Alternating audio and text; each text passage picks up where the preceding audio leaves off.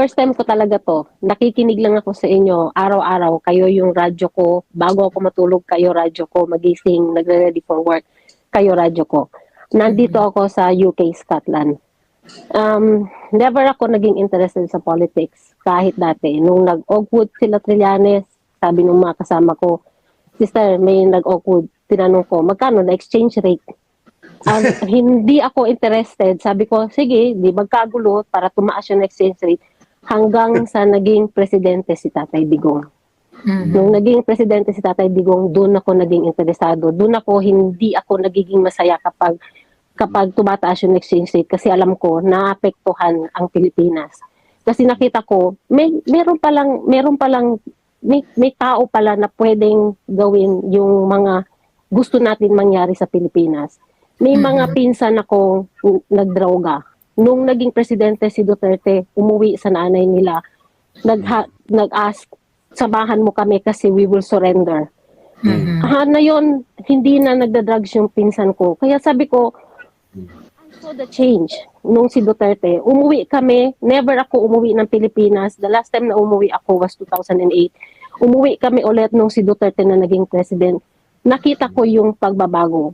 Yung pinsan ko, magtatrabaho sa DNR, sinasabi niya sa tatay ko nandyan pa sa Philippines, sinasabi niya sa tatay ko, meron silang mga kailangan asikasuhin. Kasi pag ang complaint is through 8888, they have to do something.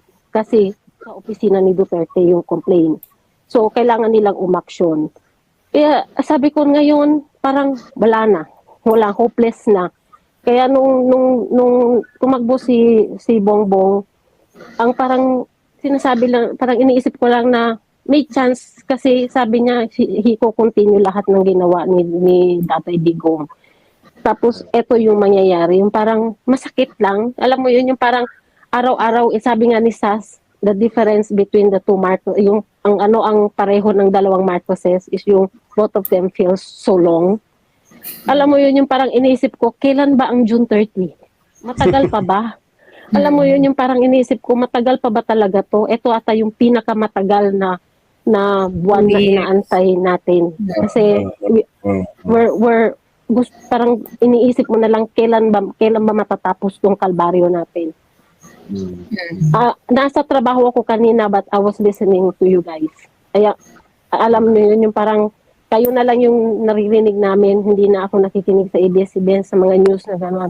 Wala na kasi hindi ka din makakarinig ng ano talaga yung totoo nangyayari dyan sa Pilipinas. Yung friend ko nga, nung tumatakbo si Duterte, sabi niya, alam mo, yung isang friend niya nasa intelligence, kinuha nila Marcos lahat ng intelligence sa iba-ibang lugar to work for them. Na hinaus sila sa Forbes sa bahay nila. Ang trabaho nila is to go around and manmanan yung mga tao to know if they are really for Marcos or they're not. And ang bumili sila ng software sa Russia and yung parang hindi sila nag-fishing. Ang ginagawa nila, they will sit with you na sa restaurant ka kumakain, uupo sila with you in a couple of mga ilang minuto or oras. Malalaman nila ano yung mga nasa phone mo, sino yung mga natawagan mo, nakausap mo.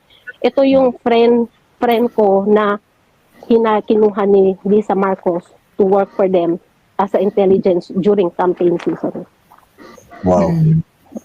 That's why, sabi ko, kung nag-hire sila, hindi sila yung parang nagte-text tapos sabihin mo, click this link if manalo ka something.